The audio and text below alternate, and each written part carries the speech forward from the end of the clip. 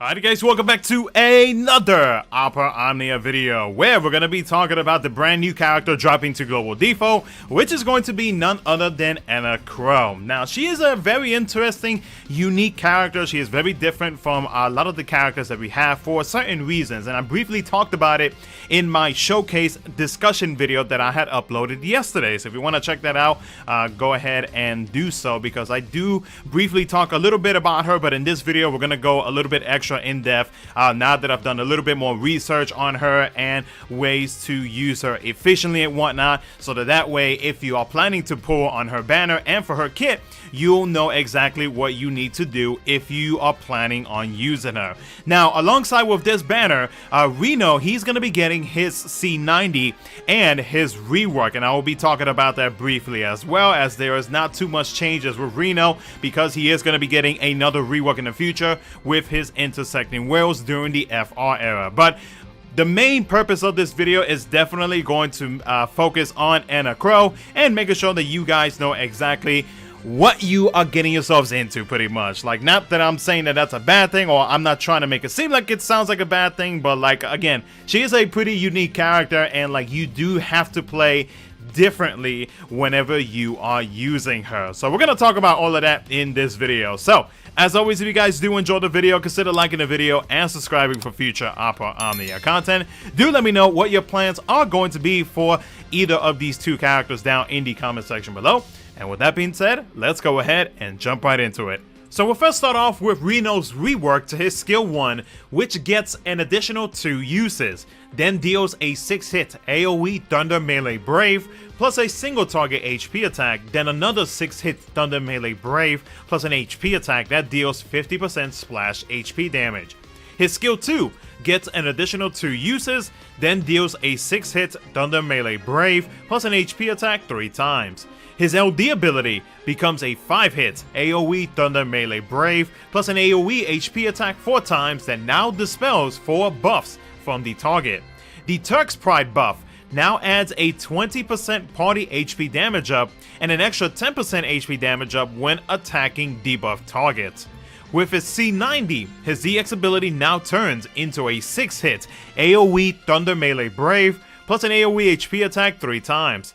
His C65 extension becomes a 4-hit Melee Brave, plus an HP attack, deals weakness Brave damage against debuffed targets by 50%, and the C65 got extended to 6 turns. It also adds a self 15% stolen max Brave overflow up and a 30% Brave damage cap up. So we'll first start off with her skill 1, which is a 4-hit AoE Holy Magic Brave, plus an AoE HP attack 3 times that deals split HP damage and increases Brave by 50% of the HP damage dealt after each HP attack except for the last. She grants the Close Enough Creator buff for 6 turns and inflicts the Probably Divine Punishment debuff for 8 turns. Now, the buff Close Encounter Creator grants her a 20% Holy and Dark Enchant, a 40% initial Brave up, max Brave up and attack up, a 20% stolen max Brave overflow up, and a 20% HP damage up.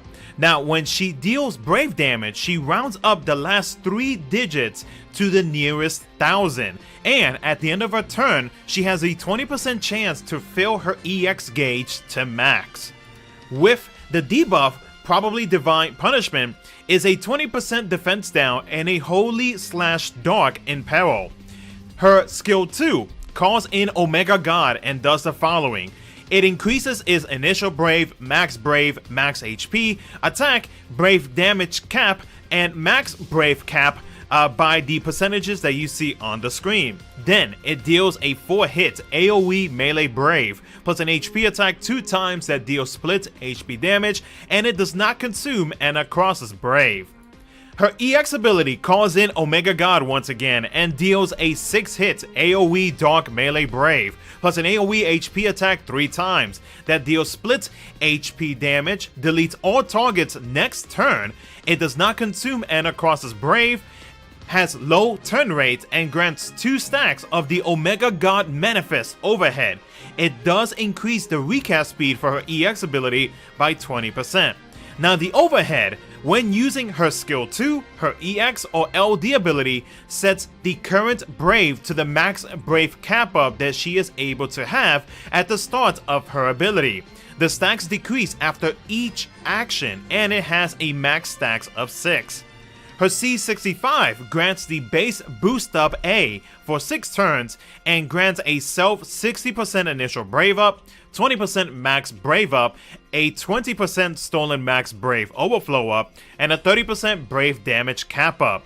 Her LD ability calls in Omega God and deals a 3-hit melee Brave plus an HP attack 6 times that does not consume Enna Kros's Brave. It grants the close enough creator buff for 6 turns, which is the buff from her skill 1, and 2 stacks of the Omega God Manifest overhead, and it does have low turn rate. Now, when it comes to her call abilities, her first call abilities does round up the last 3 digits of her Brave damage dealt rounded up, and it does provide the caller with Holy, Enchant, Dark Enchant, and a small attack up. The LD call ability, after using it, you have a 20% chance to fill the caller's EX recast gauge. It also provides Holy Enchant, Dark Enchant, a 40% attack up, a 20% stolen Brave overflow limit up, and a 20% HP damage up. And then finally, her 7-star armor is attack keystone, so she gets an increase in Brave damage cap up by 15% and max Brave cap up by 50%. And if you decide that you want to realize her armor, then the Brave damage cap up will be at 25% and the max Brave cap up will be at 45%. So is it worth chasing for Enna Kros and or Reno? Now we're going to start off with Reno. Reno, he's a very solid debuffer. He has a few debuffs within his kit that affects the enemies in different ways. The first one being that every time that the enemy hits you with a melee or ranged attack, they actually get pushed back by 2 turns. His other debuff comes from his LD ability, Pyramid, which has a Brave damage resist down, and then when the enemy attacks, they basically don't do anything to you. So they reduce any Brave damage to 0, any HP damage to 0. They cannot inflict any debuffs, but it does go away after the effects get triggered. So basically, whenever the enemy attacks you or tries to inflict any debuffs, that's when the debuff that Reno inflicted goes away. And then the other debuff, which comes from his EX ability, has attack down and defense down and thunder empower as well for anybody else who is either enchanted in the party or has any thunder abilities. You know, you can take advantage of that, especially if the enemy is not doesn't have any impels already on them with thunder. But he's a solid debuffer. For what he does provide. He now provides a little bit of party auras. Well, he provided like 2 things, but like now with that HP damage up, and especially whenever you're attacking a debuff target, but with Reno, I mean that more than likely they're gonna have a debuff on them, then he's a pretty good debuffer in a way. Like, he might not have like the greatest of debuffs compared to like other units, but like when it comes to like those situations, whenever you need to use this LD ability, then his debuff from his LD ability does come in handy. So if you decide that you don't want to chase for his LD weapon, it does come back in a future banner with Reno's Intersecting Wills, where he does also get his FR and another rework. And his FR is actually one of my favorites out of all the FRs that are in the game currently in JP, but that's for another video. If I decide to do that. But yeah, no, Reno, he's a solid character. His upgrades are nice and whatnot, but like he definitely becomes much better in the future. Now with Enna Kros, she is again a unique character, and I feel like you do have to play differently with her if you want to get the maximum output out of this character. Now when I say that, I'm talking about her overhead, and I know I mentioned this in my last video, but like it's very important for everybody to know that when it comes to her overhead, you gotta try your best to try to keep some type of stacks on her, because it's going to help her damage output, especially whenever you use her skill 2, her EX, or her LD ability, because once you use any of those abilities, you will have access to the maximum amount of damage that you can deal once you spawn the Omega God, I believe is what it's called, onto the field. Because like whenever you spawn it, like the stats for Omega God becomes like insanely high. Now with her skill 1, you do have a 20% chance of filling up her EX recast gauge, but it's still a very small chance. So that way, with that, you do have other characters that is able to help you out in filling up the recast gauge even faster, or you have characters that is able to give you that instant usage of her EX ability, or even call abilities. Like call abilities, two that I can think of right now that will give you instant access to her EX ability would be Shulk and Leud. With their Leud with his regular call ability, and then Shulk with her LD call ability. Other characters that would team up very well with them two would be, again, Leud, however you want to pronounce his name. You also have Aphmau with her LD ability with the tactic switch buff that she grants to a player, or not to a player, to a character, or in this case, Enna Kros. You also got Selfie with the with her EX being able to increase the speed. There's a few things that you can actually do with her, but the biggest thing with her is going to be you got to keep that overhead active, so that way whenever you're using her skill 2 or her EX, you're gonna get the maximum damage output that you can actually get from her. Now, the fact that she also rounds up the last 3 digits to the nearest thousand whenever she is dealing a brave attack is actually different. To me, at least for me, for the way that I see it, even though yes, it is nice that it rounds up, so that means it can either go up or it can actually go down. It really just depends on where we're at. You know, if you want to add a little bit of math into this, if you round up a number and if it's not higher than 5, then it's actually gonna go down. But if it goes higher than that, then it should go up.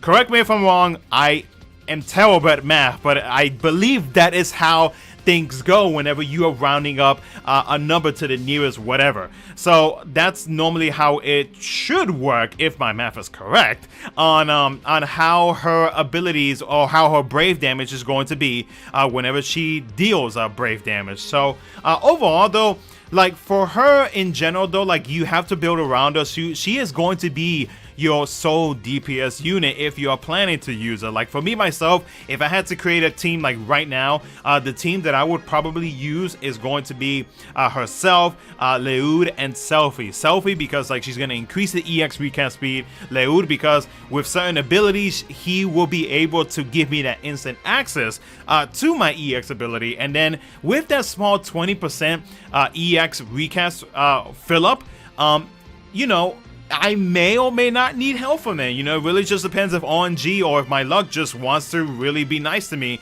and give me access to it, because that's really what you're going to be using most of. It's going to be her EX ability. Then after that, it will be either her LD or her skill 2. Her skill 1 is really just if you need to refresh the buff, but her LD ability does that as well. But her skill 1 also inflicts that debuff which impels the enemies with Holy and Dog. So you're gonna mix it up here and there whenever you are using Enna Kros. So is she worth chasing for? For me, I see her as a character who is more leaning towards the fun side. Like she's not a character that's like meta, for those who like pulling for meta characters. She's not a character that is like extremely good. She is a good character, but she's different, and again, you have to play a little bit differently when it comes to Enna Kros. So but is she worth chasing for? I would say probably not. I think you would be just fine, especially with some of the units that we just have recently, like let's say like Zac, like Ramza, you know, if you have Garnet, then I can see a lot of players probably passing up on her. But like, you know, again, it really just depends on what you want at the end of the day. But there are a lot of other characters that, you know, that dish out so much damage, about the same as her. You know, maybe she might be able to outclass some of these other units, but you know, that just depends as long as you have that overhead, because that overhead is very important. So again, it just depends on what you actually need. If you're needing yourself a DPS character, she's not a bad one to pick up. I mean, don't get me wrong, she can be used for a lot of the upcoming Lufenia fights. So I mean, you know, if you are brand new to the game, you know, you could probably pull for her, or if not, you could probably wait until, let's say, the next BT drops, because you got 10 with Laguna being a debuffer, but like his damage output becomes so much higher now. But you know, at the end of the day, it just depends on what you actually need and what you actually want, or if you just want a character just for you know, shits and giggles, really, at the end of the day. So, yeah, let me know what you guys think down in the comment section below. And let me know what your plans are going to be for this upcoming banner, if you're going to be pulling or not. And let me know your thoughts and opinions on Enna Kros. And, of course, if you guys enjoyed the video, consider liking the video and subscribing for future Opera Omnia content. Thank you so much for watching. I'll catch you guys in the next video.